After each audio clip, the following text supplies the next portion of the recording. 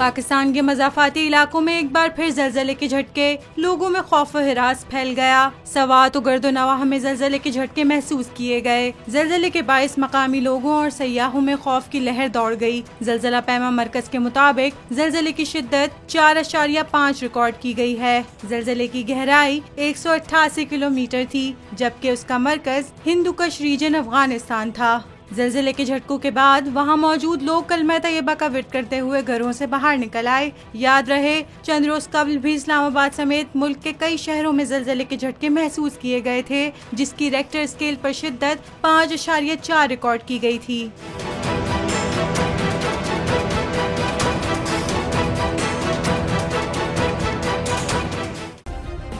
Subscribe करें और bell दबाएं ताकि कोई खबर रह न जाए।